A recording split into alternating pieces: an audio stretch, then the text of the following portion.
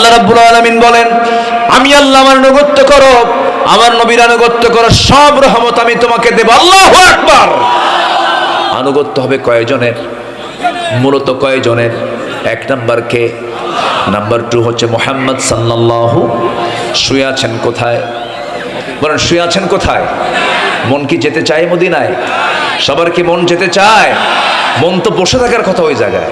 কারণ আমার জীবনের চাইতে প্রিয় মানুষকে, বলেন আমার জীবনের চাইতে প্রিয় মানুষ কে? কে কে? মুহাম্মদ সাল্লাল্লাহু। সে কোন বন্ধু বলো বেশি বিশ্বস্ত? সে কোন বন্ধু বলো বেশি বিশ্বস্ত? কার কাছে সব কথা বলা যায়? কার কাছে সব কথা বলা যায়? হওয়া যায় বেশি আশ্বস্ত, তার নাম আহমদ, বড় বিশ্বস্ত। আহমদ বড় বিশ্বস্ত। বলি সাল্লাল্লাহু আলাইহি ওয়াসাল্লাম। কোথায় শুয়ে আছেন তিনি? মদিনায়। আমি এই তো সম্প্রতি গিয়েছিলাম। আমার ছোট্ট মেয়ে 2 বছরের, বড় মেয়ে তো আছে, সবাই গেছি। ছোট্ট মেয়েটাকে সেদিন কোলে নিয়ে বলছে, আব্বু কোথায় যাবো, চলো এক্ষুনি আল্লাহর ঘর থেকে ঘুরে আসি। ও ভাবছে মনে হয় ওই পাড়া, মানে দেশে আসছি তো, দেশে আসার পরে ছোট্ট মেয়েকে বলছে, আব্বু তুমি কোথায় যাবো বলো তো, চলো আমরা আল্লাহর ঘরে যাই। মানে ওই কালো, আল্লাহর ঘর দেখতে কেমন কালো, এতটুকু ওর মুখস্থ। সম্মানিত ভাইয়েরা, পৃথিবীর বহু জায়গায় মানুষ ঘুরতে যায়, আমরা ঘুরতে যাব কার ঘর দেখতে? মানে কার ঘর দেখতে? আমার প্রথম সফর হবে কার ঘরে যাওয়ার জন্য? আমার প্রথম জিয়ারা হবে কার কবর জিয়ারা করার জন্য? আমার নবীর কবর জিয়ারা করার জন্য। এটা উচিত, মেন্টালি প্রিপারেশন থাকা উচিত। আল্লাহ আমার এবার কেন যেন আমার আল্লাহ তাআলা একটা সহজ একটা ব্যবস্থা করে দিয়েছিলেন। আমি মদিনায় রাত 3টার দিকে, রাউদাতুম মিন রিয়াদিল জান্নাহ মা বাইনা বাইতি ওয়া মিনবারি রাউদাতুম মিন রিয়াদিল জান্নাহ। আমি ভিতরে ঢুকবো, অনলাইন করে ঢুকতে হয়, চাপ থাকে, 10 মিনিটে বেশি থাকা যায় না। তো ভিতরে ঢুকে এক কোণায় বসে আছি। তো আমার দেশের প্রবাসীরা কিছু চাকরি করে ওই দেশে গিয়ে, তো নাজাফায় পরিচ্ছন্ন কর্মী হিসেবে সেখানে চাকরি করে। কিশোরগঞ্জ ময়মনসিংহের কিছু লোক আমাকে দেখে দৌড় মেরে এসে বলছে, হুজুর আপনি আসছেন, থামেন দেখি কি ব্যবস্থা করা যায়। আমাকে বেশিক্ষণ ওই রিয়াদুল জান্নায় রাখার জন্য তার একটা টেকনিক করলো। বললো, হুজুর আপনি এখানে বসেন, নড়াচড়া করার দরকার নেই, সামনে গেলে আপনি কিন্তু বের হয়ে চলে যাবেন, আপনাকে থাকতে দেবে না, আপনি এখানে বসেন। গিয়ে ওখানকার যে প্রশাসনিক কর্মকর্তা, ওখানকার যে মূল দায়িত্বে থাকা, তারা গিয়ে এমন কিছু কইছে আমার ব্যাপারে, বুঝলেন, মানে এত বেশি বলছে, অন্তত আমার দেশের মানুষ কিছু না দিতে পারলেও পাম দিতে পারে, বুঝলেন, এমন দেওয়া দিছে, বুঝলেন, কি এমন হুজুর আসছে, এত জনপ্রিয় হুজুর, গোটা দেশ, মানে যা বলা দরকার। কিন্তু আমি তো জানি আমি কোন শরীর মধ্যে, আমি তো ছোট মানুষ। তো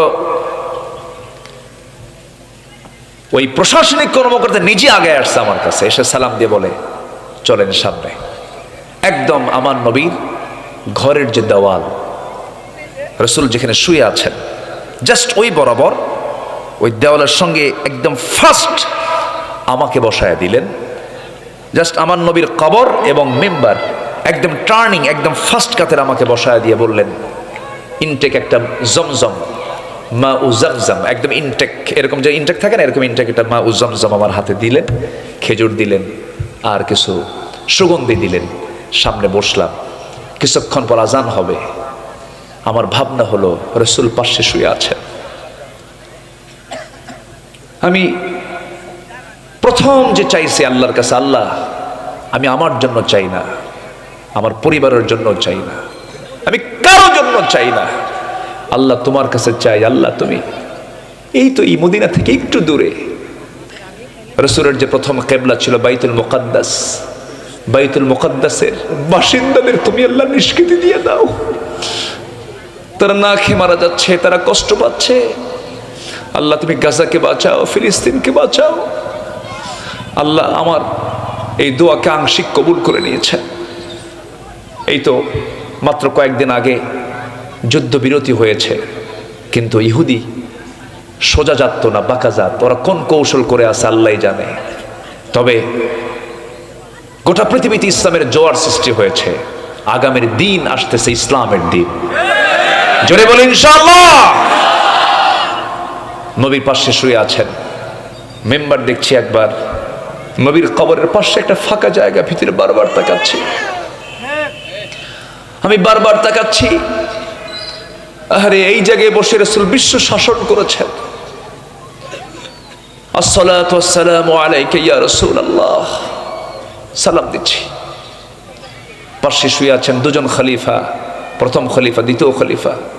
দ্বিতীয় খলিফার কবর সেখানে থাকার কথা ছিল না, ওই জায়গায় আম্মা জান আয়েশা সিদ্দিকা রাদিয়াল্লাহু আনহা থাকার কথা ছিল। কারণ আমার নবী ইন্তেকাল করেছেন কার ঘরে? আম্মা জান আয়েশা সিদ্দিকার ঘরেই তিনি ইন্তেকাল করেছেন। রাসূল কত পারিবারিক বন্ধন আবদ্ধ ছিলেন, পরিবারকে তিনি কি গুরুত্ব দিয়েছেন। তিনি শেষ নিঃশ্বাস ত্যাগ করেছেন স্ত্রীর কোলে, স্ত্রীর উরুতে মাথা রেখে তিনি শেষ নিঃশ্বাস ত্যাগ করেছেন। তিনি পরিবার প্রীতি তার মধ্যে ছিল, পরিবারকে তিনি কাছে টানতেন, খবর নিতেন, কাছে রাখতেন। যুদ্ধে চলে গেছেন, পরিবারকে নিয়ে গেছেন। উহুদে গেছেন, পরিবারকে নিয়ে গেছেন। তাবুকে গেছেন, পরিবারকে নিয়ে গেছেন। জীবনে একবার হজ করেছেন, সাথে পরিবারকে নিয়ে গেছেন। পরিবারকে কাছে রাখবেন। জাহান্নাম দেখে শুধু নিজেকে বাঁচলে হবে না, কু আনফুসাকুম ওয়া আহলিকুম নারা। আম্মা জান আয়েশার বড় শখ ছিল আমি নবীর পাশে ঘুমাবো, কিন্তু পারলেন না। এমন একজন মহান ব্যক্তি তার কাছে এসে প্রপোজ করলেন। সাইয়েদনা ওমর ফারুক রাদিয়াল্লাহু আনহু নামাজ পড়াচ্ছিলেন, নামাজ পড়ছিলেন মদিনার মসজিদে। পিছন থেকে একজন এসে ছুরিকাঘাত করলো তার পিঠ বরাবর, রক্তাক্ত হয়ে জমিনে পড়ে গেলেন। তার দোয়া কবুল হয়ে গেল। আল্লাহুম্মা রযুকনি শাহাদাতান ফি সাবিলিক ওয়াজআল মাউত ফি বালাদি রাসূলিক। নবীর শহরে মৃত্যু হলো, শহীদে মৃত্যু হয়ে গেল, মারা যান নাই, রক্তক্ষরণ হচ্ছিল। ছেলে আব্দুল্লাহকে ডাক দিয়ে বলছেন, আব্দুল্লাহ রে তাড়াতাড়ি চলে যাও, আমার বড় শখ, আমার নবী শুয়ে আছেন, আমার বন্ধু আবু বকর শুয়ে আছেন একসাথে, আমার কি মন চায় না আমি নবীর পাশে শুয়ে থাকি। কিন্তু জায়গা তো আয়েশার, আয়েশা যদি না দেয় আমি যাবো কেমনে? দেখো তো আমার সালামটা দিয়ে একটু চেষ্টা করে দেখি। চলে গেছেন, গিয়ে সালাম জানিয়ে বলছেন, আব্বা যেন আমাকে পাঠালেন, আমার আব্বার বড় শখ নবীর সঙ্গে শুয়ে থাকবেন। জান্নাতুল বাকিতে তিনি যেতে চাচ্ছেন না, বাকি গোরস্থানে তিনি যেতে চাচ্ছেন না। একটু আপনি যদি ব্যবস্থা করতেন। আম্মা যেন আয়েশার চোখের পানি চলে এলো, কাঁদতে কাঁদতে বলছেন, আহারে এত বড় মহান ব্যক্তি খলিফাতুল মুসলিমিন আমার কাছে প্রস্তাব পাঠায় দিল, যার ব্যাপারে রাসূল বলেছেন আমার পরে যদি নবুয়তের সিলসিলা জারি থাকতো আমার ওমর নবী হয়ে যেত, লাকানা ওমর। কোনো কথা নাই, সম্মতি দিয়ে দিলেন, বললেন আমার জায়গা আমি ওমরে দিয়ে দিলাম। আমার নবীজি সেখানে শুয়ে আছেন, তার পাশে আবু বকর, তার পাশে ওমর, হুনা ওমর, হুনা আবু বকর, হুনা মুহাম্মদ সাল্লাল্লাহু আলাইহি ওয়াসাল্লাম এখানে সেখানে লেখা আছে। আমার বন্ধুগণ, আমার নবীজি দুনিয়া থেকে যখন বিদায় নেবেন, ওই ঘরে ওই স্মৃতিচারণগুলো করছিলাম। আম্মা জান আয়েশার আমি ইতিহাসের দিকে চলে গেলাম, স্মৃতিপটের দিকে চলে গেলাম। নবীজি যেদিন মারা যাবেন, আমার নবীজি উরুতে মাথা রেখে তিনি আরাম ফরমাচ্ছিলেন। প্রচণ্ড মাথা ব্যথা হওয়া সুন্নাহ, প্রচণ্ড জ্বর হওয়া সুন্নাহ। নবীজির কষ্ট হচ্ছিল, বিষ প্রয়োগের প্রতিক্রিয়া শরীরে শেষ সময় এসে দেখা দিচ্ছিল, খুব কষ্ট পাচ্ছিলেন, ঘামতেছিলেন একবার, আবার ঘাম শুকে যাচ্ছিল একবার। হঠাৎ করে বলছেন, আয়েশা কেমন যেন মনে হচ্ছে, মুখটা কেমন যেন গন্ধ মনে হয়, একটা মেসওয়াক এনে দাও তো। মেসওয়াক তিনি আনবেন কেমনে? উরুতে মাথা রেখে শুয়ে আছেন। ভাই আব্দুর রহমান মেসওয়াক এনে দাও। মেসওয়াক এনে দাও হলো, সেই মেসওয়াকটা আমার নবীর হাতে না দিয়ে তিনি আগে চাবায়া নরম করে দিলেন। আম্মা জান আয়েশার বয়স তখন 18 বছর। কত বছর? 18 বছর। মেসওয়াকটা চাবায়া নরম করে দিয়া রাসূলের হাতে দিয়ে দিলেন। আমার নবীজি 63 বছর কয়েক ঘন্টা তিনি বেঁচে ছিলেন। সেই সময় তিনি মেসওয়াক করলেন।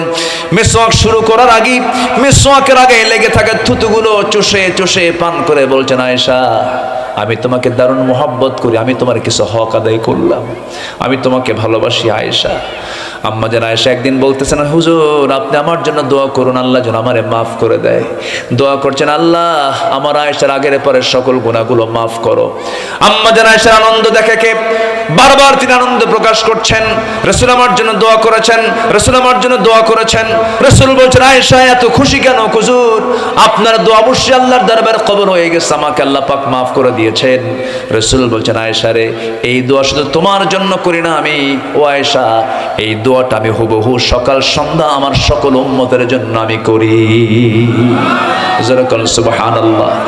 আমার বন্ধুগণ, সেই রাসূল দুনিয়া থেকে বিদায় নিচ্ছেন, মেসওয়াক করলেন, প্রিপারেশন নিলেন, রাসূল দুনিয়া থেকে বিদায় নিচ্ছেন। লাস্ট মেসেজ অন্য কোনো সাহাবীর কানে দেন নাই, আস্তে করে আম্মা জান আয়েশাকে কাছে রেখে বলছেন, আয়েশা আমার উম্মতকে একটা মেসেজ দিয়ে দিবা। কি মেসেজ আপনি বলুন। আমার নবীজির মুখ থেকে সর্বশেষ শব্দ চয়ন হলো, আসসালাতু আসসালাতু ইমা মালাকাত আইমানুকুম। আমার প্রাণের উম্মতরা যেন অন্তত কখনো 5 ওয়াক্ত নামাজ না ছেড়ে দেয়।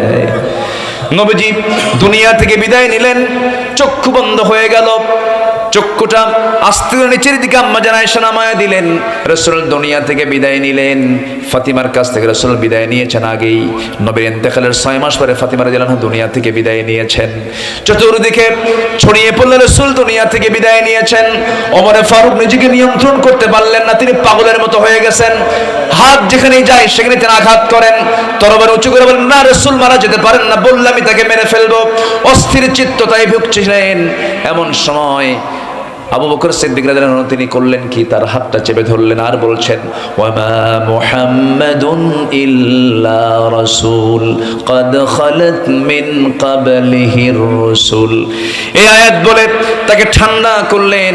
রাসূল দুনিয়া থেকে বিদায় নিয়েছেন। বিদায় নেওয়ার সময় আমার স্মরণ আছে না নাই? বলেন, আমার স্মরণ আছে না নাই? বলেন, আছে। দুনিয়াতে যতদিন ছিলেন আমার স্মরণ তিনি করেছেন, কবরে শুয়ে শুয়ে স্মরণ করছেন। কাল হাসরে সবাই বলবে নাফসি নাফসি, আমার নবীজি বলবেন উম্মতি উম্মতি। বাবার পরিচয় দিয়ে নাজাত পাবে না, সন্তানের পরিচয় দিয়ে বাবা নাজাত পাবে না, বংশ দিয়ে নাজাত পাবে না। বাবার পরিচয় দিয়ে যদি জান্নাত পাওয়া যেত, নূহ আলাইহিস সালামের ছেলে কেনান জান্নাত পেয়ে যেত। ছেলের পরিচয় দিয়ে যদি জান্নাত মিলত, আজরের ছেলে হলো ইব্রাহিম আলাইহিস সালাম, আজর জান্নাত পেয়ে যেত। বংশের পরিচয় দিয়ে যদি জান্নাত পাওয়া যেত, আবু লাহাব জান্নাত পেয়ে যেত, আবু তালেব জান্নাত পেয়ে যেত। প্রমাণ হয়ে গেল বংশগত পিতার পরিচয়, মায়ের পরিচয়, বংশের পরিচয় দিয়া জান্নাত মিলবে না। জান্নাত মিলবে কি দিয়া? ইন্না আকরামাকুম ইনদাল্লাহি আতকাকুম। তোমাদের ভিতরে আমার কাছে সম্মানিত ব্যক্তি সেই, তোমাদের মধ্যে আমার কাছে সম্মানিত ব্যক্তি সেই, দামি ব্যক্তি সেই, যে আমি আল্লাহ আমাকে সবচাইতে বেশি সম্মান করে, ভয় করে। জোরে বলি সুবহানাল্লাহ। অর্থাৎ তাকওয়া অবলম্বন করবে যে তার দামটা হচ্ছে আল্লাহর কাছে সবচাইতে বেশি। মুত্তাকি কারা? আল্লাযীনা যারা অদৃশ্যকে বিশ্বাস করেছে। নাম্বার 2 হলো নামাজ কায়েম যারা করেছে। আমি যে রিজিক দিয়েছি তা থেকে আল্লাহর পথে যারা ব্যয় করেছে। নাম্বার 4 হলো আসমানি কিতাবকে যারা বিশ্বাস করে নিয়েছে। নাম্বার 5 হলো আখিরাতকে যারা বিশ্বাস করেছে। এই 5টা গুণ জীবনদের মধ্যে পরিপূর্ণ কমপ্লিট থেকে যাবে, সে হলো সফল কাম। আখিরাতে সে ব্যক্তি কামিয়াব হয়ে যাবে, আল্লাহর রহমতে সে ধন্য হয়ে যাবে। আমার বন্ধুগণ, তাকওয়া এমন একটা গুণের নাম, তাকওয়ার গুণ যে বান্দার মধ্যে অর্জিত হয়ে যাবে। ওয়া আম্মা মান খাফা মাকাম রাব্বিহি ওয়া নাহান নাফসা আনিল হাওয়া ফাইন্নাল জান্নাতা হিয়াল মাওয়া। জোরে বলুন আল্লাহু আকবার। যার দিলের মাকামে আল্লাহর ভয়তে ইস্তেকামাত হয়ে যাবে, তার ঠিকানা দুনিয়া নয়, তার ঠিকানা হয়ে যাবে জান্নাতে মাওয়া। জোরে বলি সুবহানাল্লাহ। আমার ভাইরা, তাকওয়া কাকে বলে? তাকওয়া মানে হলো বেঁচে থাকা, বিরত থাকা, সমস্ত হারাম কাজ থেকে বিরত থাকাকে তাকওয়া বলা হয়। আমার বন্ধুগণ, একজন সাহাবীর কথা মনে হলো, ইসলামের দ্বিতীয় খলিফা, আমার নবীর খুব প্রিয় সাহাবী, রাসূলকে মারতে গিয়ে কালেমা পড়ে মুসলমান হয়ে গেছেন। তার নাম কি বলেন? জোরবেন তার নাম কি বলেন? ওমর। কয় নাম্বার খলিফা? বহুদিন আগে এক মাহফিলে বললাম ওমরে ফারুককে চিনেন কে? সামনে থেকে ছোট্ট একটা বাচ্চা দাঁড়ায় বলে হুজুর আমি চিনি। কে? আমাদের বাড়ির দোতলায় ভাড়া থাকে। বুঝলেন? আমাদের বাড়ির দোতলায় ভাড়া থাকে। এই ওমর সে ওমর না। এই ওমর হলো খাত্তাবের ছিল ওমর, যার ব্যাপারে রাসূল নিজে বলেছেন যদি নবুয়তের সিলসিলা জারি থাকতো আমার পরে লাকানা ওমর, ওমর নবী হয়ে যেত। যদি বলি আল্লাহু আকবার। এই ওমর। তাকওয়া কাকে বলে একটু এক্সাম্পল দিয়ে সামনের দিকে এগোবো। এরকম একটা বোতলে উনি মধু নিয়ে বাড়িতে আসলেন। রাষ্ট্রের মধু। কিসের মধু বলেন তো? রাষ্ট্রের মধু নিয়ে বাড়িতে আসলেন। বাড়িতে আসার পরে বউটাকে ডাক দিয়ে বলেন, বউ আমার। আপনারা কি বলেন, স্ত্রী কন না বউ কন? কি কন? বউ কন তো নাকি? বউটা সহজ, স্ত্রী বহু গ্রামার খাটান লাগে, তাই না? আচ্ছা, সাইয়েদনা ওমর ফারুক রাদিয়াল্লাহু আনহু তার স্ত্রীকে ডাক দিয়ে বলছেন, আমার স্ত্রী এদিকে আসো। এই যে মধুর বোতল রাষ্ট্রের পক্ষ থেকে পেয়েছি, সমান 5টা ভাগ করতে হবে। আমাদের একটা ভাগ, আর বাকি 4 প্রতিবেশীর ঘরে 4 ভাগ দিয়ে আসবা। মধুটা হস্তান্তর করলেন। কিছুক্ষণ পর হঠাৎ করে বলছেন, আমার স্ত্রী মনক্ষুণ্ণ হবে না, বোতলটা আমার হাতে দিয়ে, আমি তোমাকে ভাগ করতে দেব না। বলুন তো, কোনো স্বামী যদি তার স্ত্রীর সঙ্গে এমন আচরণ করে, কায়দা না বেকায়দা? সুবিধা না অসুবিধা বলেন? মুখ ভালো না মুখ কালো? মুখ কালো হয়ে যাবে। সাইয়েদনা ওমর ফারুক রাদিয়াল্লাহু তাআলা আনহু মধুটা হাতের মধ্যে নিলেন। স্ত্রীর মুখটা কালো হয়ে গেল। মধুগুলো নিয়ে প্রতিবেশীর ঘরে চলে গিয়ে বলছেন, প্রতিবেশী শোনো, এই যে মধুর বোতল দিলাম, সমান 5 ভাগে ভাগ করে একটা ভাগ আমারে দিয়ে দাও। তুমি একটা ভাগ নাও, বাকি 3 ভাগ সবাই 3 জনকে দিয়ে দাও। তার অংশের মধু নিয়ে স্ত্রী ঘরে ঢুকলেন। ঘরের মধ্যে ঢুকে স্ত্রীকে সালাম দিয়ে বলছেন, আমার স্ত্রী, আল্লাহর কসম করে বলি, আমি তোমাকে সম্মান করি, আমি তোমাকে ট্রাস্ট করি, আমি রাষ্ট্র চালাই, তুমি আমার পরিবার চালাও। তুমি যদি হরতাল দিয়ে দাও, আমার পরিবার চালাতে পারবো না। আমি অনেক বড় খেদমত তুমি আমার করো, আমি তোমাকে সন্দেহ করি না, আমি তোমাকে ভালোবাসি। আমার স্ত্রী, এই যে মধুর বোতলটা আমি তোমাকে দিয়েছিলাম, এই মধুর বোতলটা দেওয়ার সঙ্গে সঙ্গে মনে হলো মধু তো সমান ভাগই ভাগ করবে, কিন্তু মধু হলো তরল জিনিস। এই মধু তরল জিনিস হওয়ার কারণে যখন মাপতে যাবে, কিছু মধু 1 ফোঁটা হোক 2 ফোঁটা হোক, সেই মধু তোমার হাতের সঙ্গে লেগে যাবে। এতটুকুন মধু, 1 ফোঁটা 2 ফোঁটা মধু আমাদের ভাগে বেশি আসুক এটা চাই নাই মনে করে মধু ভাগের দায়িত্ব আমি অন্যজনকে কাঁধে দিয়ে দিয়েছি। এটার নাম কি বলেন? এটার নাম কি? তাকওয়া। খেজুর নিয়েছেন ওমরে ফারুকের ছেলে, ছোট্ট ছেলে, খেজুরের খাজানা থেকে, কার্টুন থেকে একটা খেজুর মুখের মধ্যে নিয়ে নিয়েছে। ওমরে ফারুক রাদিয়াল্লাহু আনহু করলেন কি, মুখের মধ্যে নখ ঢুকায়া দিলেন। নখ ঢুকায়া দিয়া খেজুরগুলো টান মেরে বের করে বলছেন, মায়ের সন্তান, মায়ের কোলে যা। মায়ের কাছে চলে গেছে। সন্তান হাওমাও করে কান্দে আর বলে, বাবা আমার মুখ থেকে খেজুরগুলো কেমনে বের করে নিল। মার মনটা খারাপ হয়ে গেল। ভিতরে আসেন ওমর, বইয়ের মন খারাপ, কি হয়েছে আমার স্ত্রী, কি হয়েছে তোমার, একটু দয়া মায়া নাই? বাচ্চা না হয় একটা খেজুর মুখে দিয়েছে, যদিও রাষ্ট্রের খেজুর, কিন্তু এই খেজুর তো আমরা আমাদের অংশে পাবো। যে অংশে যে খেজুরগুলো পাবো সেখান থেকে একটা খেজুর না হয় কমই নিতাম, ঝামেলা শেষ হয়ে যেত। ওমরে ফারুক বলছেন, আমার স্ত্রী, আমরা যে অংশে খেজুরগুলো পেতাম সেই অংশের ভিতরে যে খেজুরটা মুখে নিয়েছে সেই খেজুরটাই যে পাবো তার গ্যারান্টি কি? এটা আমার গ্যারান্টি না। এই জন্য মাপ হওয়ার আগে, বন্টন হওয়ার আগে কোনো সম্পদ রাষ্ট্রের অন্য কেউ দখল করতে পারবে না। এটার নাম কি বলেন? এটার নাম কি বলেন? এক ফকির, এক দিনহীন, টাকা নাই পয়সা নাই, গরিব একজন মানুষ, ফকির টাইপের মানুষ, সাইল টাইপের মানুষ, ওমরে ফারুকের দরবারে আসছে কিছু সাহায্য চাওয়ার জন্য। দরজায় নক করেছে। দরজায় নক করার সঙ্গে সঙ্গে দরজা কেউ খোলে না।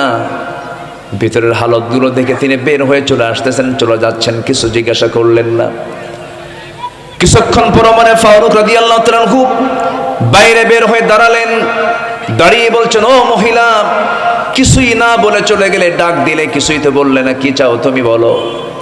সেই ফকিরটা বলতেছে, আমিরুল মুমিনিন, সাহায্যের জন্য আসছিলাম আপনার কাছে, এসে দেখি আমি যত ফকির তার চাইতে আপনি বড় ফকির।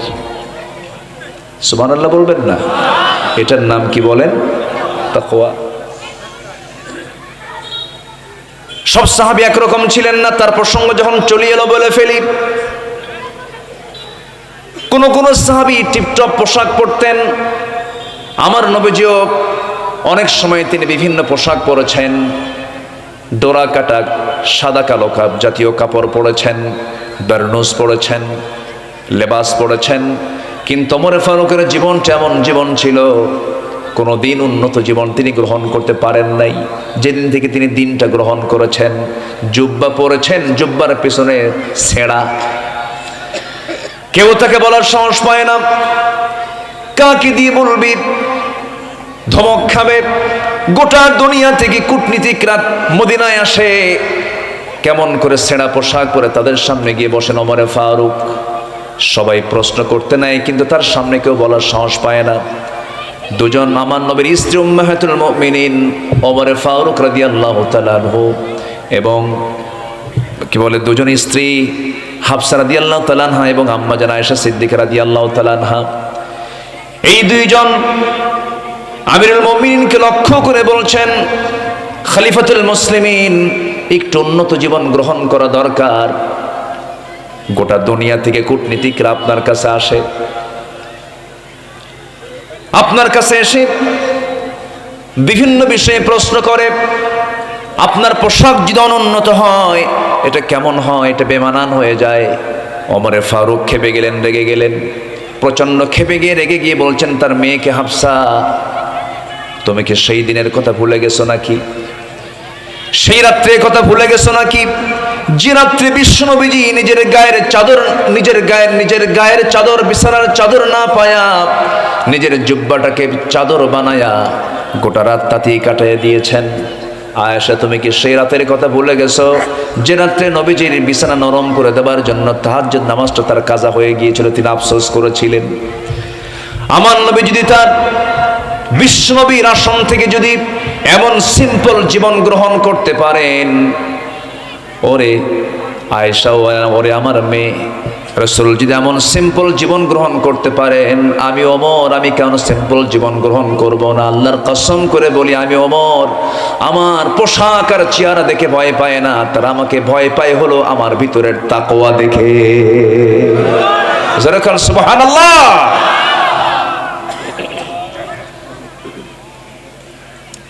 জনগণকে দেখতে বের হয়েছেন রাতের আধারে, গভীর নিশি, চতুর্দিকে শুনশান নীরবতা, কেউ জেগে নাই। ওমরে ফারুক রাদিয়াল্লাহু তাআলা আনহু রাতের বেলা তিনি একাকী, দুজনকে সঙ্গে করে নিয়ে মোট তিনজন রওনা দিয়েছেন। প্রত্যন্ত অঞ্চলে চলে গেছেন।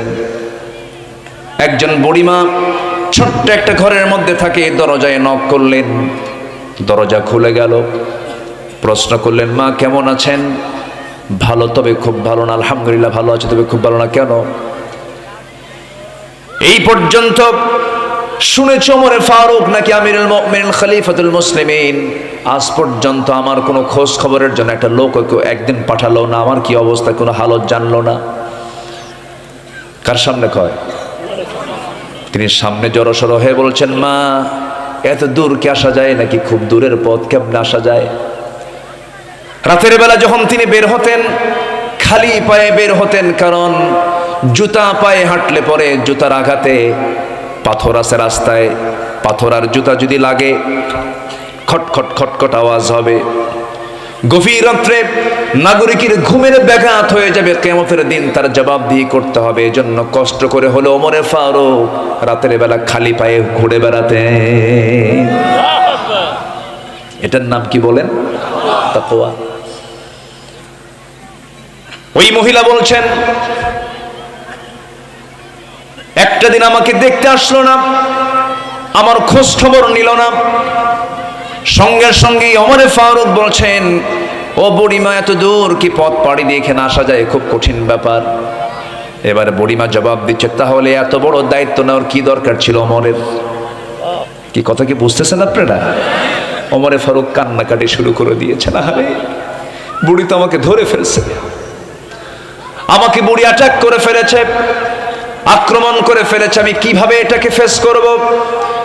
এবার নিজের পরিচয় গোপন করে বলছে, বুড়িমা, ওমর তো দারুণ ভুল করে ফেলেছে, এখন এটার সমাধান কি?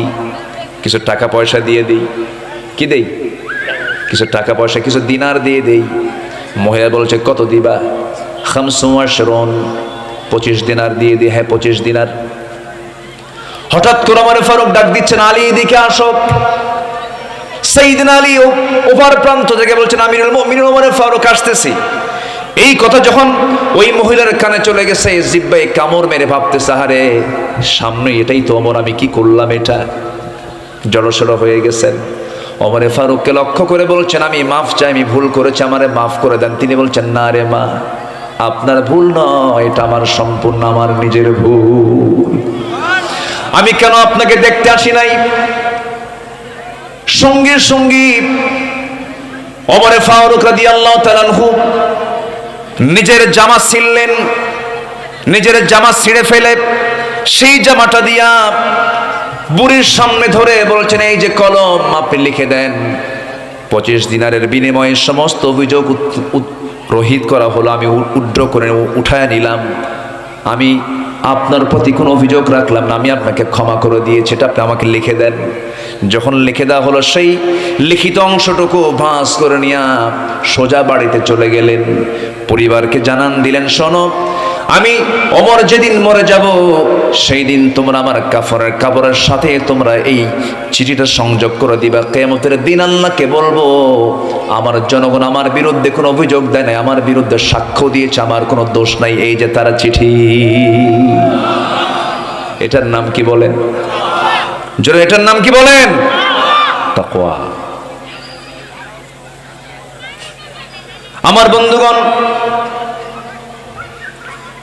এই দুনিয়াতে আল্লাহর রহমত পাওয়ার জন্য 5টা কাজ আছে, 5 উপায় আছে। এর মধ্যে 1 নাম্বার কেবল বলা শুরু করেছি, তাকওয়া। আল্লাহ রাব্বুল আলামিন বান্দাকে তাকওয়ার ব্যাপারে বহু জায়গায় বলেছেন।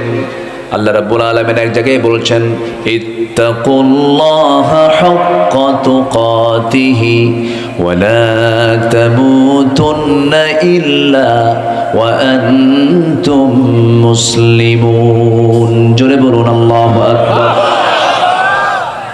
আল্লাহকে ভয় করার মতো ভয় করো, যেমন করে ভয় করা উচিত তেমন করেই ভয় করো। আমার বন্ধুগণ, সাহাবে কেরামদের ভিতরে ভয় সৃষ্টি হলো, মনে আল্লাহ বুঝি আমাদের ভয়কে কবুল করেন নাই। ইত্তাকুল্লাহা মাস্তাতা'তুম, সমর্থ অনুযায়ী ভয় করো। সাহাবীদের ভিতরে দিলে কিছু পানি চলে আসলো। আমার বন্ধুগণ, কোন বান্দার মধ্যে যদি শুধু জবাবদিহিতার ভয় থাকে, যে আল্লাহর সামনে জবাবদিহি করা লাগবে, জবাব দিতে হবে, আল্লাহর কসম ওই বান্দার দ্বারা কখনো একটা হারাম কাজ সংগঠিত হতে পারে না। ঘোড়ার পা 4টে অকেজ হয়ে পড়ে গেছে, এ তো রাগী মানুষ। ঘোড়া থুই দৌড় মেরে এসে ঘোড়াওয়ালাকে বলছেন, ঘোড়া বিক্রেতাকে বলছেন, ঘোড়া বিক্রেতা, কি ঘোড়া দিলে?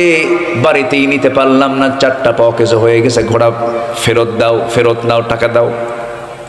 ঘোড়া বিক্রেতা মুস্কি হাসি মেরে বলে, আমি আপনাকে যখন ঘোড়া দিলাম সুস্থ না অসুস্থ? সুস্থ। এখন কি হয়েছে? অসুস্থ। ঘোড়া আমি ফেরত নেব না।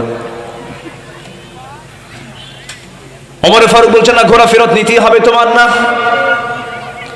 ঠিক আছে, আপনার যুক্তিতে আপনি ঠিক হতে পারেন, আমার যুক্তিতে আমি ঠিক। এই দুই ঠিক, এটাকে ফয়সালা দেবার জন্য আমিও পারবো না, আপনিও পারবেন না, চলেন আদালতে যাই। সাধারণ একজন ঘোড়া বিক্রেতা খলিফাতুল মুসলিমিনকে কি দেখায়? কি দেখায়? আদালত। এটার নাম কি? যেরকম তাকওয়া।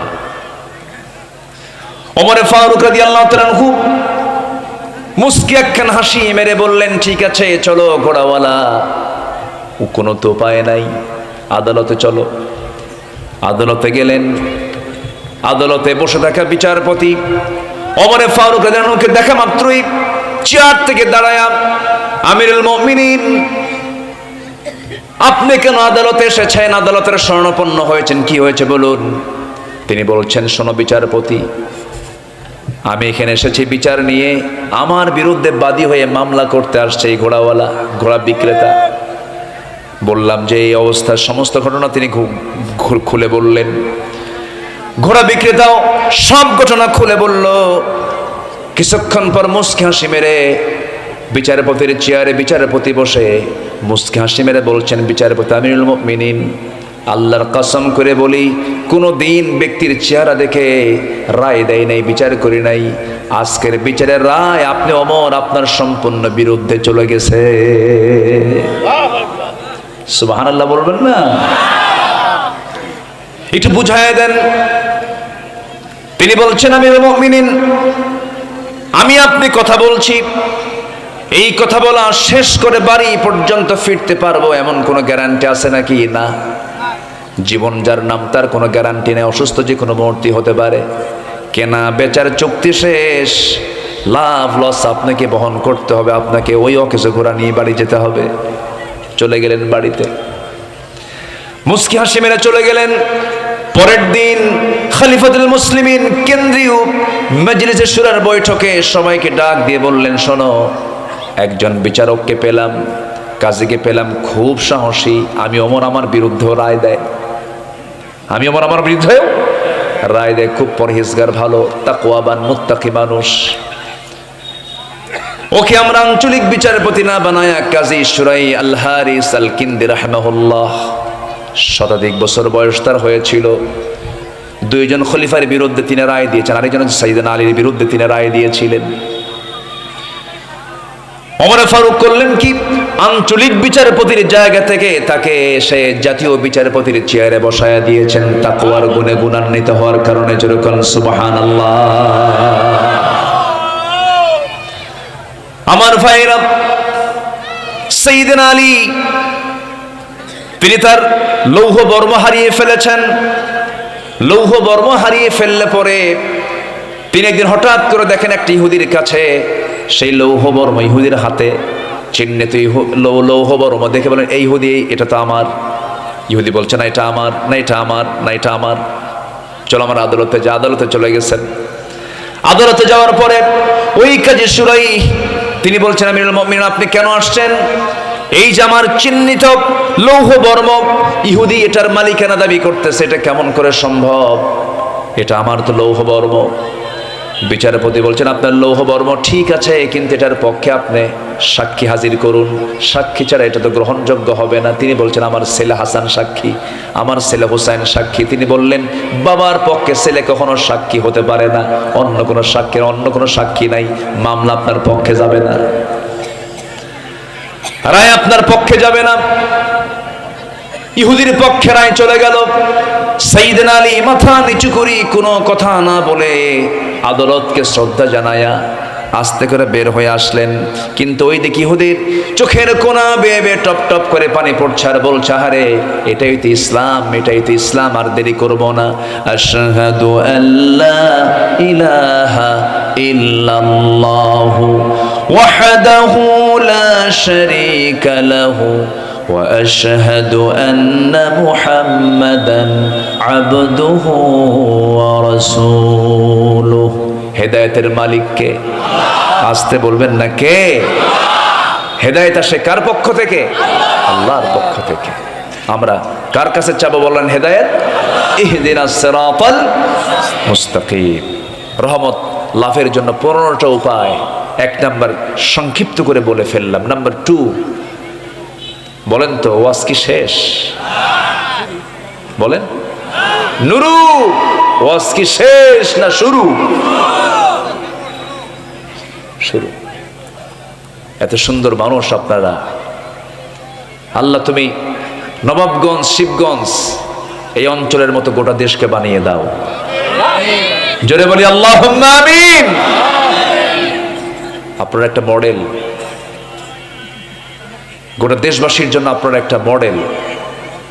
এখানে একটা গণভিত্তি আছে ইসলামী আন্দোলনের। নুরুল ইসলাম বুলবুল চেনেন তো নাকি? মানুষ ছোট, ঝাল বেশি। এত বড় বড় মরিচ, 3 কেজিতেও যে ঝাল, আর যে মরিচটা উল্টা, কিছু আছে না উল্টা মরিচ, একটাতেই ব্রেন পর্যন্ত বোঝে যে খাইছি একটা জিনিস। আমার বুলবুল ভাই অত্যন্ত বিচক্ষণ একজন মানুষ। আল্লাহ তুমি তার সকল কার্যক্রমকে তুমি আল্লাহ কবুল করে নাও। জোরে বলি আল্লাহুম্মা আমিন। যেটা অরিজিনকে অরিজিন বলবো আমরা, যেটা ভেজাল সেটাকে ভেজাল বলবো আমরা। আবার ভালোকে ভালো বলতে শিখি, খারাপকে খারাপ বলতে শিখি, তাহলে আমরা আল্লাহওয়ালা হয়ে যাব। সম্মানিত ভাইয়েরা, রাগ করলেন নাকি? আবার নাম বললেন কেন? এটা নিয়ে আবার কোনো কথা হবে না তো? কথা হলেও কোনো যায় আসে না।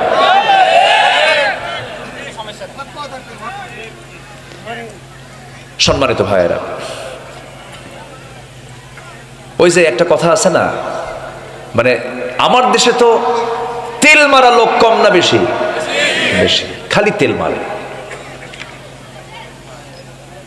ইমাম সাহেব মসজিদে নামাজ পড়ে, ইমাম সাহেব মসজিদে নামাজ পড়ে, মুসল্লি পিছনে নামাজ পড়ে। নতুন ইমাম একজন ঢুকেছে, উনি মাঝে মাঝে একটা আয়াত পড়ে। আয়াতটা হলো قد أفلح من تزكى وذكر اسم ربه فصلى بل تؤثرون الحياة الدنيا والآخرة خير وأبقى إن هذا لفي الصحف الأولى صحف إبراهيم وموسى। তো মসজিদের সভাপতি আর সেক্রেটারির নাম হলো ইব্রাহিম আর মুসা। তো সভাপতি এবং সেক্রেটারি খুবই খুশি, যাক আমরা এবার ভালো ইমাম পাইছি, নামাজের মধ্যে নাম ধরে দোয়া করে। কিন্তু ইমাম যে বাড়িতে খায় সেই বাড়িওয়ালার নাম হলো টুকু মিয়া। টুকু নামে কেউ থাকলে সরি, নাম কি? টুকু মিয়া। নামাজে তার নামে দোয়া হয় না, কিন্তু খেতে যান ইমাম সাহেব তার বাড়িতে। টুকু মিয়ার মুখে কোনো হাসি নাই। ইমাম সাহেব বলে, খাই আপনার ঘরে, হাসি পাই না মনে, মুখে কোনো হাসির চিত্র দেখি না, ভালো কি লাগে? ভাই টুকু, আপনি কি মন খারাপ করেছেন? কি এত কিছু বোঝেন, টুকু নাম খুঁজে পান না? ইমাম কয়, বুঝিনি এখনো। আপনি নামাজের মধ্যে ইব্রাহিম মুসা করেন, টুকু নাই, টুকু নাই।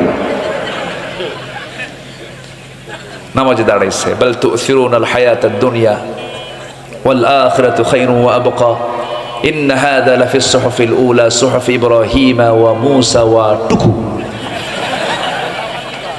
যখন বলছে টুকু, তখন মুসল্লি নামাজ শেষে ধরে ফেলছে, হুজুর পাইছেন কোথায়?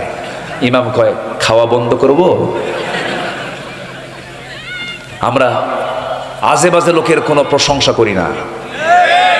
আমরা যা বলি জেনে শুনে জাস্টিফাই করার পর কথা বলি আমরা।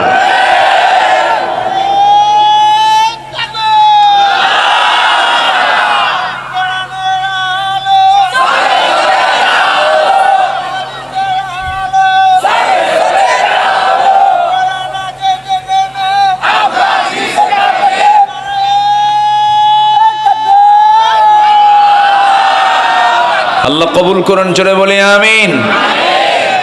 আমরা ধৈর্যশীল হব। নাম্বার 2, ধৈর্য ধারণ করব আমরা। বিয়া আগে না ধৈর্য আগে? বিয়া আগে না ধৈর্য আগে? আমার ফোন দিছে এক মহিলা, ফোন দিয়ে বলে, হুজুর আমার স্বামী সকালেও তালাক দেয়, বিকেলেও তালাক দেয়, আমি কি আসি না নাই? বুঝলেন?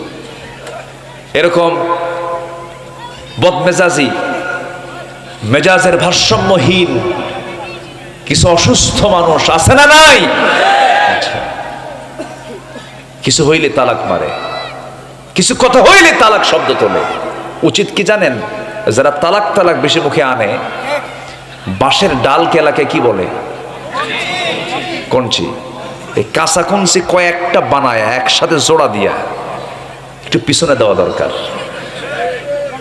বদমাইশ এগুলো, এই দুষ্টমিগুলো করে। তালাক টালাক দিয়া এমন তালাক দেয়, হুজুর 3 তালাক তো দেয় নাই, সেঞ্চুরি মারছি। এরপর হুজুর শাশুড়ি শুদ্ধ তালাক দিছে। এখন কি উপায়? হুজুর 2টা মেয়ে আছে, আমি কান্দি, আমি তোরে ছাড়া বাঁচবো না। হুজুর ভুল হয়ে গেছে, রাগের মাথায় দিছে। হুজুর একটা কিছু করে দেন। শরীয়ত তো হুজুর করে দেবে নাকি?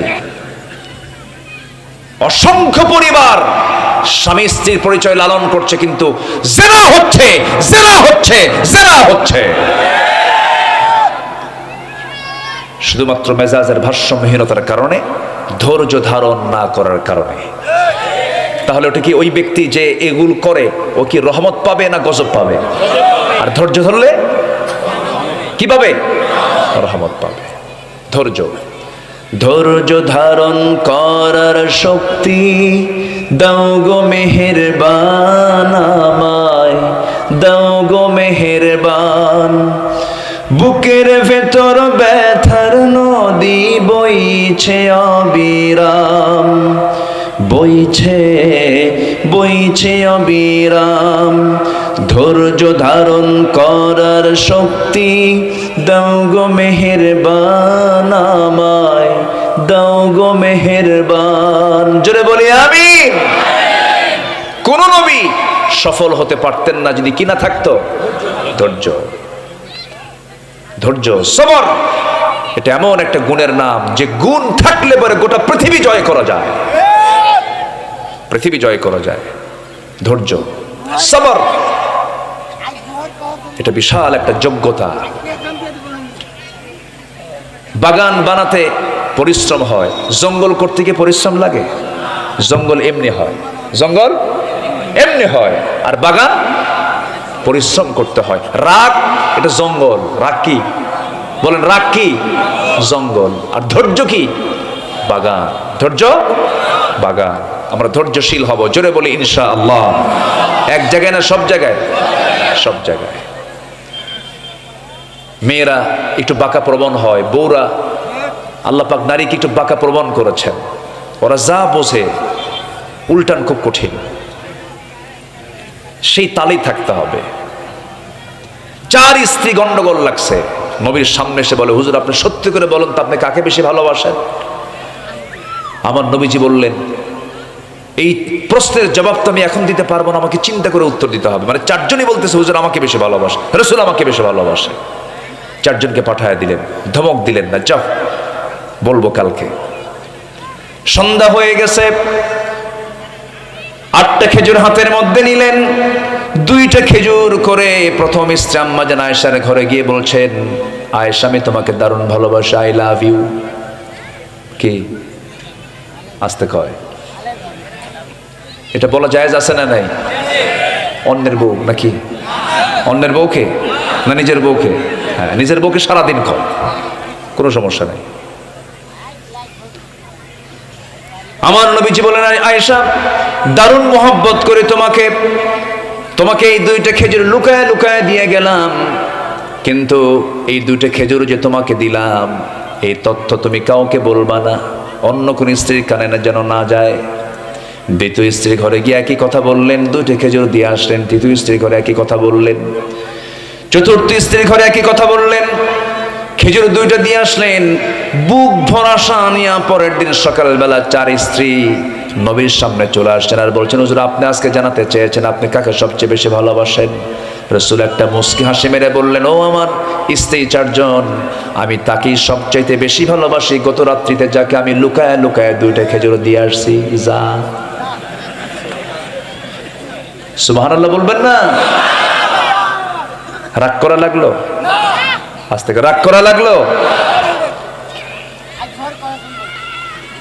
সুন্দর সুন্দর কথা বলা শিখবো আমরা। সুন্দর কথা জানলে পরে গোটা পৃথিবী জয় করা যায়।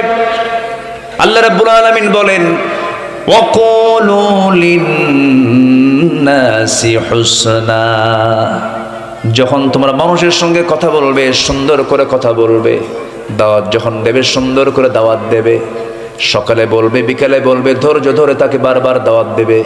আমার রাসূল আবু জেহেলকে 1000-12 বেশি বার দাওয়াত দিয়েছেন, বিরক্ত হয়েছেন নাকি? ধৈর্যের পিরামিড হতে হবে। এক একজন নবী ধৈর্যের পিরামিড ছিলেন। একজন নবী, যে নবীর ভিতরে একটু রাগ বেশি ছিল, মেজাজটা বেশি ছিল, সেই নবীর নামটা কি বলুন? এত জোরে বললেন, সব তো ওয়াজ জানে দেখতেছে, মাশাআল্লাহ, বলি আলহামদুলিল্লাহ। খুব রাগ ছিল, প্রচন্ড মেজাজে ছিলেন তিনি। খেপে গেলে তাফসীর আসছে তার চুলগুলো খাড়া হয়ে টুপি ভেদ করে চলে যেত, এত রাগ। থাপ্পড় মারা ছিল তার অভ্যাস। প্রথম থাপ্পড় খাইছে কে? বলেন কে খাইছে? ফেরাউন। 2 বছর বয়সে থাপ্পড় খায় শীত হয়ে পড়ছে। ফেরাউন গোত্রের একটা লোক বারবার বেয়াদবি করছে, তিনি বারবার তাকে বোঝানোর চেষ্টা করছেন, বোঝে না। তো বোঝে না বলেই মারছেন এক থাপ্পড়। এক থাপ্পড় খায়া শাসন করার নিয়তে মারলেন। থাপ্পড় মারাও সারা, মরে যাওয়া সারা। এখন আল্লাহকে বলে, আল্লাহ এটা কোন ঘটনা ঘটায় দিলা তুমি? আমি থাপ্পড় মারলাম ওকে শাসন করার জন্য, ও গেছে মইরা, দোষ আমার না, মার্ডার কেসের আসামি তুমি আল্লাহ নিজে। কি কথা কি বুঝতেছেন? মুসা কালিমুল্লাহ যাকে বলা হয়, আল্লাহ বললেন শোনো, প্যাসপুস বাদ দিয়ে দেশ ছাড়ো, তোমার বিরুদ্ধে হত্যার হুলিয়া জারি হয়েছে, তুমি এখন যাও। থাকতে পারলেন না, খুব রাগ তো। আল্লাহ পাক রাগটাকে দমায় নিয়ে আসতেছেন, সবর, ধৈর্য নিয়ে আসো।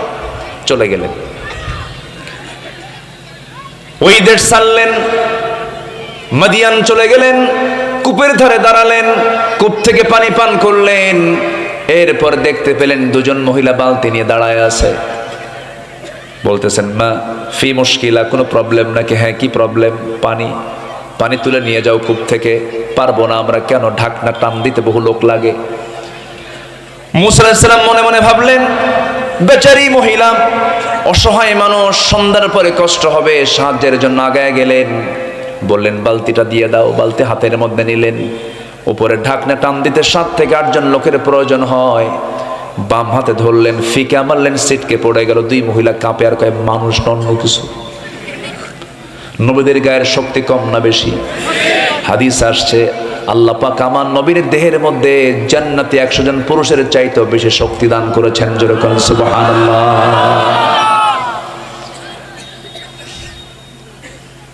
বালতি ভরায় পানি দিয়ে বললেন, যাও, চলে যাও। নিয়ে চলে গেছে বাড়িতে। বুড়ো বাপ বলছে, আমার কলিজার টুকরা সন্তান আজকে এত তাড়াতাড়ি আসলে কেমনে? বলছে, আব্বা, কূপের ধারে একজন যুবককে দেখলাম, কফিজুন আজিজ, খুব শক্তিশালী যুবক, ঢাকনা হাত দিল আর সিটকে পড়ে গেল। বুড়া বাপ বলছে, কলিজার টুকরা মেয়ে, আমার বড় মেয়ে, তুমি আগামীকালকে যাবে, ওই যুবককে আমার পক্ষ থেকে সালাম দেবে এবং আমাকে আমার ব্যাপারে এই কথা জানিয়ে দিবে, সে যেন আমার কথা যেন না ফেলে দেয়।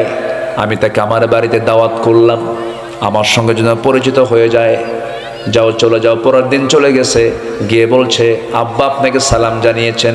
আবু না শাইখুন কাবীর, বুড়া মানুষ, চামড়াগুলো কুঁচকে গেছে, চলতে পারেন না, হাঁটতে পারেন না, আমাদের বাড়িতে আপনাকে আসতে হবে। মুসা আলাইহিস সালাম মনে মনে ভাবলেন, দূরদেশ, নতুন দেশ, কেউ চিনি না, রাস্তাঘাটও চিনি না, মানুষজন চিনি না, ভালোই তো হলো, ভালোই তো মিলে গেল। কিন্তু বলছে, ও মহিলা, আমি যাবো কেমনে? বাড়িতে চিনি না। মহিলা বলছে, টেনশন করার দরকার না, আমি সামনে সামনে চলবো, আপনি আমাকে ফলো করে পিছে পিছে আসবেন। মুসা বলছেন, মহিলা, তুমি আমাকে বুঝতে ভুল করেছো, আমি তেমন পুরুষ নই যে পুরুষ মহিলার পিছে পিছে হাঁটবে। দেখছেন? সুবহানাল্লাহ বলবেন না? আমি মহিলার পিছে পিছে হাঁটার মানুষ না, কারণ আমার চোখের গুনাহ হোক, আমি এটা চাই না। আমি সামনে সামনে চলবো, তুমি নারী আমার পিছে পিছে চলবে। ইমামরা পিছে থাকবে না, সামনে থাকবে? বলেন তো, ইমাম নারী জাত না পুরুষ জাত? বলেন, ইমাম হবে পুরুষ জাত না নারী জাত? অতএব পুরুষ চলবে পিছনে না সামনে? আজ পর্যন্ত ম্যাক্সিমাম টাইমে দেশের মানুষ চলেছে পুরুষের পিছনের সামনে, পুরুষের পিছনে না নারীর পিছনে। আর যেন ভুল না হয়, রাজি আছেন তো ইনশাআল্লাহ? মুসা আলাইহিস সালাতু ওয়াস সালাম এবার বলেন আমি পিছে পিছে থাকবো না, আমি সামনেই চলে যাব। ও মহিলা, বেশি কথা বলতে পারবে না, তুমিও একজন পরনারী, আমি একজন পরপুরুষ, বেশি কথা বলা যাবে না, প্যাঁচ লেগে যাবে। শুধু দুইটা শব্দ আমি তোমাকে বলার পারমিশন দিলাম, সেটা হলো যদি ভুল করি বামে যাই তখন বলতে হবে ডান, আর ভুল করে যদি ডানে চলে যাই বলতে হবে বাম, ডান বাম। মুসা আলাইহিস সালাম পৌঁছে গেছেন বাড়িতে, বৃদ্ধ লোকটার সাথে দেখা হলো, সালাম বিনিময় হয়ে গেল, করমর্দন হলো, মুআনাকা হয়ে গেল। এবার বৃদ্ধ লোকটা বলছেন, যুবক তোমার নাম তো মুসা। তিনি এখন থমকে দাঁড়ালেন, এত দূর কষ্ট করে আসলাম, আমার নামটা জানলো কেমনে? এবার বৃদ্ধ লোকটা বলছেন, কি চিন্তা করো মুসা, আপনি আমার চিনলেন কেমনে? শুধু নাম জানি না, কামও জানে কি? থাপ্পড় মারছো, মানুষ মরে গেছে, এরপরে আসছো। এই কথা শোনার সঙ্গে সঙ্গে আরো জড়সড় হয়ে গেলেন, না জানি আমি আটকা পড়ে গেলাম। এবার বৃদ্ধ লোকটা বলছেন, ও মুসা, তুমি যার সামনে দাঁড়িয়ে দাঁড়িয়ে কথা বলো, যদিও তুমি সিম্পল বুড়োর কাতারের বুড়া মনে করতেছো, আমি সেই বুড়া নই। আমি হলাম এই মাদিয়ানবাসীর জন্য মহান রব্বুল আলামিন যাকে পয়গম্বর করে পাঠিয়েছেন, আমি হলাম আল্লাহর নবী শুআয়ব আলাইহিস সালাতু ওয়াস সালাম। ওয়া ইলা মাদিয়ানা আখাহুম শুআয়বা, জোরে বলুন আল্লাহু আকবার। আমি হলাম আল্লাহর নবী শুআয়ব। খুব খুশি হয়ে গেলেন। এবার বলছেন, ও মুসা, আমি তোমার সাথে আমার দুইটা মেয়ের যে কোনো একটা মেয়েকে বিয়ে দেব। দারুণ খুশি হয়ে গেলেন। বিয়ে কি করবা নাকি এখনই? কি এখনই বিয়ে করব? না, এখন বিয়ে করা যাবে কেন? তোমার রেকর্ড ভালো না, থাপ্পড় মারলে মানুষ মরে। খুব রাগ তোমার ভিতরে, রাগ তোমার কমতে হবে। অতএব তুমি কি করবে?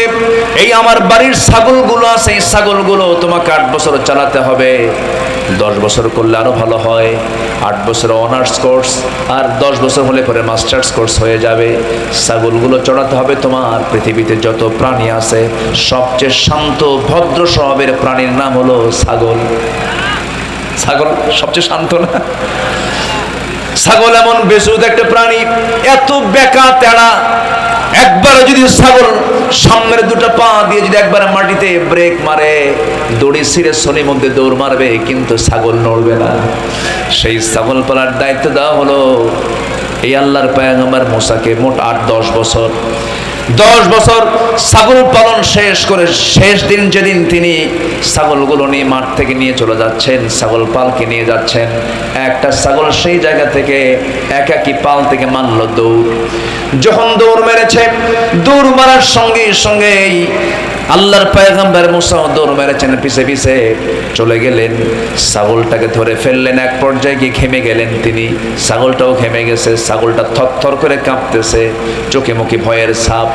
এমন রাগ উঠে গেছে আল্লাহর নবীর, দুই পা দুই হাতের মধ্যে ধরে খাড়া করেছেন, এক আছাড়েই তাকে মেরে ফেলবেন। কিন্তু লক্ষ্য করে দেখেন, লোমকূপ থেকে ঘামগুলো ঝরে ঝরে পড়তেছে, ছাগলটা কাঁপতেছে, গোটা শরীরে কাঁপে। দুই পা দুই হাত থেকে ছেড়ে দিয়া বুকের সঙ্গে আলিঙ্গন করে বলছেন, ছাগল তোরে মাইরা লাভ কি? তুই তো ছাগল, মেরে কোনো লাভ নাই। ধৈর্য চলে আসছে। আল্লাহ বলছেন, মুসা রাগ কমে গেছে, তোমার নবুয়ত দিয়ে দিলাম। যেরকম সুবহানাল্লাহ। ধৈর্য আছে যার বিজয় আছে, তার রহমত আছে, তার সে আল্লাহর রহমত পাবে। আল্লাহ রাব্বুল আলামিন বলেন, وأطيعوا الله ورسوله ولا تنازعوا فتفشلوا وتذهب ريحكم واصبروا إن الله مع الصابرين। সূরাতুল আনফাল আয়াত নম্বর 46। ধৈর্যের সঙ্গে আল্লাহর সম্পর্ক আছে। ধৈর্য আছে যার, আল্লাহর সঙ্গে সম্পর্ক আছে তার। ধৈর্য নাই যার, আল্লাহর সঙ্গে সম্পর্ক নাই তার। আল্লাহর রহমত পেতে হলে কয়টা উপায় লাগবে বলেন? 15টা। বলেন কয়টা? এক নাম্বার হলো তাকওয়া, নাম্বার 2 হলো ধৈর্য, নাম্বার 3 হলো ইবাদতে মনোনিবেশ দেওয়া, ইবাদতে মনোযোগী হওয়া, অত্যন্ত গুরুত্ব দিয়ে ইবাদতে মনোযোগী হওয়া। ওয়ামা উমিরু ইল্লা লিয়াবুদুল্লাহা মুখলিসিনা লাহুদ্দিন حنفاء ويقيموا الصلاة ويؤتوا الزكاة وذلك دين القيمة জোরে বলুন আল্লাহু আকবার। নামাজের মধ্যে মন থাকার দরকার আছে না নাই?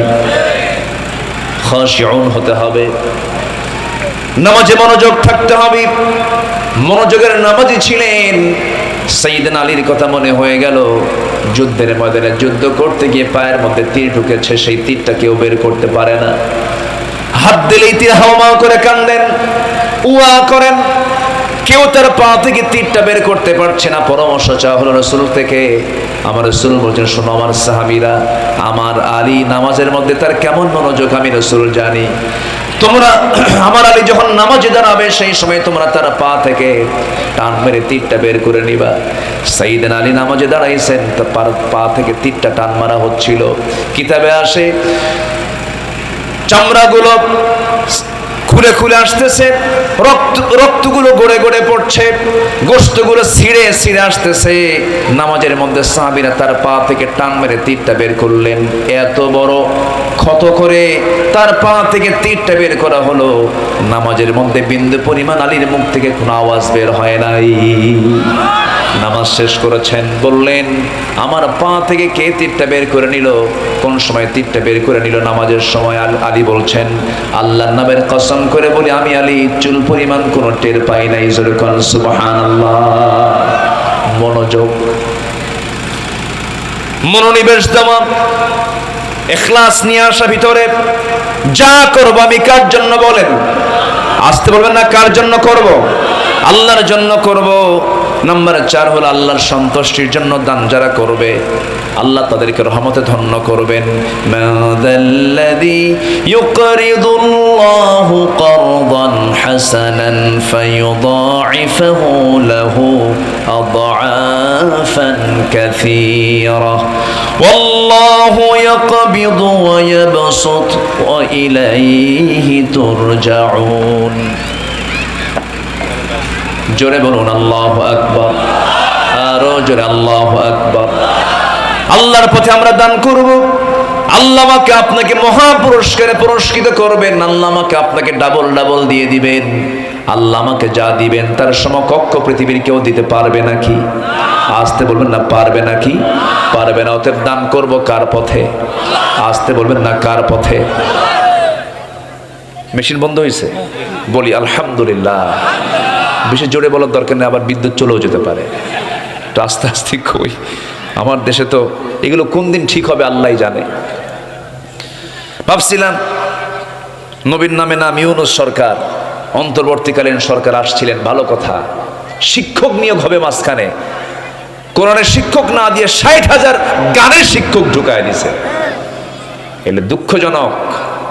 ঘাপটি মারা নাস্তিক এখনো আমার দেশের রন্ধ্রে রন্ধ্রে আছে না নাই? আছে না নাই? প্রতিটি নাস্তিকের সঠিক বিচার হওয়ার দরকার আছে না নাই? আছে। রাসূলকে নিয়ে বাজে কথা বলা, কোরআনকে অবমাননা করা, দিনকে নিয়ে কটাক্ষ করা, এদের জিহ্বা টেনে ছেড়া দরকার। এদের রক্ত মাংস হাড় হাড্ডি কুত্তা বিলাই দিয়ে খাওয়ানো দরকার, উচিত ছিল। কিন্তু কি বলবো আর, আমরা আগামীর দিনকে আমরা ইসলামের রঙে রঙিন করতে চাই। জোরে বলি ইনশাআল্লাহ। নাম্বার 5, আল্লাহর স্মরণে লিপ্ত থাকা। সর্বক্ষণ আমি স্মরণ করব কার? জিকির করব কার? আমার চোখ প্রতি মিনিটে, এই চোখের পলক প্রতি মিনিটে 15 থেকে 20 বার আপ ডাউন করে। কে করায় দেন? কানের মধ্যে ময়লা থাকে না? ময়লা, এই ময়লাকে এলাকায় কি বলে? গরু খায়, এটার নাম কি বলে?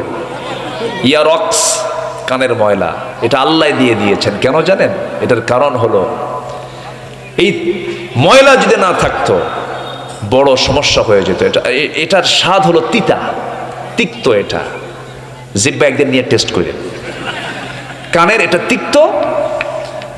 বান্দা যখন রাতে ঘুমায়া পড়ে, হঠাৎ করে যদি কোনো কীট পতঙ্গ, পোকামাকড় অথবা কোনো পিঁপড়া যদি ঢুকে পড়ে, হঠাৎ করে লাইন হতে পারে, তো ঢুকতেই পারে, ঢুকে আর কাম করতে পারে না, তিতা তো চলে আসে। আর যদি আমাদের কানের ভিতরের ময়লাগুলো আল্লাহ পাক মিষ্টি করে দিতেন, যত পিঁপড়া সব কারখানে, ঘুম শেষ। এই কান সাফ করতে করতে রাত শেষ। আল্লাহ পাক কানকে সিকিউর করেছেন, সেখানে কিছু অয়েন্টমেন্ট দিয়েছেন। গেল চোখ আল্লাহ পাক শুকনায় রেখেছেন না জোয়ারে রেখেছেন? বলেন, শুকনায় না জোয়ারে? জোয়ারে রেখেছেন। কিসের জোয়ার? কি পানির জোয়ার? মিঠা পানি না লোনা পানি? পান করি কি? পান কি লোনা করি না মিঠা করি? পান করি মিঠা, আর চোখের পানি হয়ে যায় কি এমনি এমনি হয় নাকি? এমনি এমনি হয়? কে করে দেন? আল্লাহ করে দেন। আল্লাহকে তাও চেনার চেষ্টা করি না। চোখ আল্লাহ ঠিক রাখেন, চোখ দিয়া আল্লাহ যে যা দেখতে বলেন তা না দেখে অন্যের বউ চাই দেখি, অন্যের বোর দিকে চাই দেখি। কেন? কেন? আল্লাহ পাক আমাকে যা দেখতে বলেছেন আমি তাই দেখব, এর বাহিরে অন্য কিছু দেখতে যাব না। সম্মানিত ভাইয়েরা, সম্মানিত বন্ধুগণ, এই চোখ আল্লাহ তাআলা কি সুন্দর করে বানিয়েছেন। সুবহানাল্লাহ বলা যাবে না ভাই? আল্লাহ রাব্বুল আলামিন বলেন, আলাম নাজআল লাহু আইনাইনি ওয়া লিসানান ওয়া শাফাতাইনি ওয়া হাদাইনাহুন নাজদাইন। টানা টানা চক্ষু দিলাম। এই পলক প্রতি মিনিটে গড়ে 15 থেকে 20 বার আপ ডাউন করে ফেলে। প্রতিটা বার পড়ার সময় অশ্রু থেকে লিকুইড ছড়িয়ে দেয় পুরো চোখে। এর ফলে চোখ থাকে আর্দ্র, ধুলাবালি, ক্ষতিকর জীবাণু থেকে মুক্ত। পলক হলো চোখের প্রাকৃতিক ওয়াইফার, যা ঘুমের মধ্যেও চোখের সুরক্ষা নিশ্চিত করে। প্রতিদিন আমাদের চোখে গড়ে 1 মিলিলিটার অশ্রু তৈরি হয়, যা স্বচ্ছ অথচ অত্যন্ত কার্যকর এক তরল পদার্থ। এই অশ্রুর মধ্যে থাকে লাইসোজাইম নামের এক প্রাকৃতিক অ্যান্টিবায়োটিক, যা চোখকে ব্যাকটেরিয়ার আক্রমণ থেকে রক্ষা করে। হৃদয়ে যখন বেদনা থাকে তখন পানি চলে আসে, মানুষ কান্দে। কার ভয়ে? আল্লাহর ভয়েও কান্দে। এই যে চোখ থেকে অশ্রু গড়ে গালের উপরও দিয়ে চলে আসে, এই অশ্রু আবার চোখের বাইরের অংশ পুষ্টি এবং অক্সিজেন সরবরাহ করে। কারণ চোখের কর্নিয়াতে রক্তনালী থাকে না, তাই চোখের জল চোখকে রক্ষা করে শুকিয়ে যাওয়া, ক্ষয়, ব্যাকটেরিয়াল সংক্রমণ থেকে। জোরে বলি আল্লাহু আকবার, আরো জোরে বলি আল্লাহু আকবার। আমাদের দুই চোখে প্রায় 27 কোটি 40 লক্ষ ফটো রিসেপ্টর নামক নিয়োজিত শ্রমিক আল্লাহর হুকুমে 24 ঘন্টা কাজ করছে। সুবহানাল্লাহ বলা যাবে না? এই চোখটা কে সার্ভিস দিচ্ছেন? কে সার্ভিস দিচ্ছেন বলেন? আল্লাহ। ওই যে মার পেট থেকে চোখ নিয়ে এসেছে, ওই যে চোখের অয়েন্টমেন্ট দিয়ে রেখেছেন, মলম দিয়ে রেখেছেন, মৃত্যুর দিন পর্যন্ত 24 ঘন্টা আল্লাহ পাক এই চোখের জন্য মলম দিয়ে রেখেছেন। জোরে বলেন সুবহানাল্লাহ। সকালবেলা তার প্রমাণ হল, সকালবেলা দুই চোখের কোনায় কি অংশ থাকে? কালার কি? কালার কি? কালার কি? সাদা। এটা হচ্ছে অয়েন্টমেন্ট, মলম। আল্লাহু আকবার। জিহ্বা দিয়েছেন, ওয়ালিসানা ওয়া শাফাতাইন। জিহ্বা দিয়েছেন, তাতে রেখেছেন লালা। লালার কোনো স্বাদ নাই, লালার কোনো স্বাদ নাই, স্বাদহীন করেছেন। যদি স্বাদ থাকতো তাহলে কোনো খাবারের স্বাদ থাকতো না। লালার কোনো স্বাদ নাই। মানুষ যখন ঘুমিয়ে পড়ে সেই সময় বুঝি জিহ্বা শুকনা হয়ে যায় নাকি? জিহ্বারও ভেজা হয়। এত লালা, সব লালাগুলো বালিশ দিয়ে ভিজা শেষ। কি ঠিক কিনা বলে? আল্লাহ কি রহমান, কি রহিম। আল্লাহ আমাকে দেখেন, দয়া করেন, প্রত্যেকটা সেকেন্ড আমাকে ভাবেন, আমাকে নিয়ে চিন্তা করেন। অতএব ফাযকুরুনি আযকুরকুম ওয়াশকুরুলি ওয়ালা তাকফুরুন। তাহলে স্মরণ করলে পরে রহমত দিবেন কে বলেন? আল্লাহ রহমত দিবেন। নাম্বার 6 হলো তওবা করা, ক্ষমা প্রার্থনা করা। তুবু ইলাল্লাহি আইয়ুহাল মুমিনুনা লাআল্লাকুম তুরহামুন। তুবু ইলাল্লাহি তাওবাতান নাসুহা। জোরে বলুন আল্লাহু আকবার। আল্লাহর কাছে আমরা তওবা করব, সময় কম। পয়েন্টগুলো আক্ষরিকভাবে একটু বলে দিচ্ছি, এই আলোচনা শেষ করতে বহু সময়ের প্রয়োজন, 2 দিন 3 দিন হলে ভালো হয়, সময় তো নাই। নাম্বার 7 হলো জীবনের সকল জায়গায় ভরসা করব কার উপরে? আস্তে কোন, আরো জোরে, কার উপরে? ছেলের সন্তান হলেও আলহামদুলিল্লাহ, মেয়ের সন্তান হলেও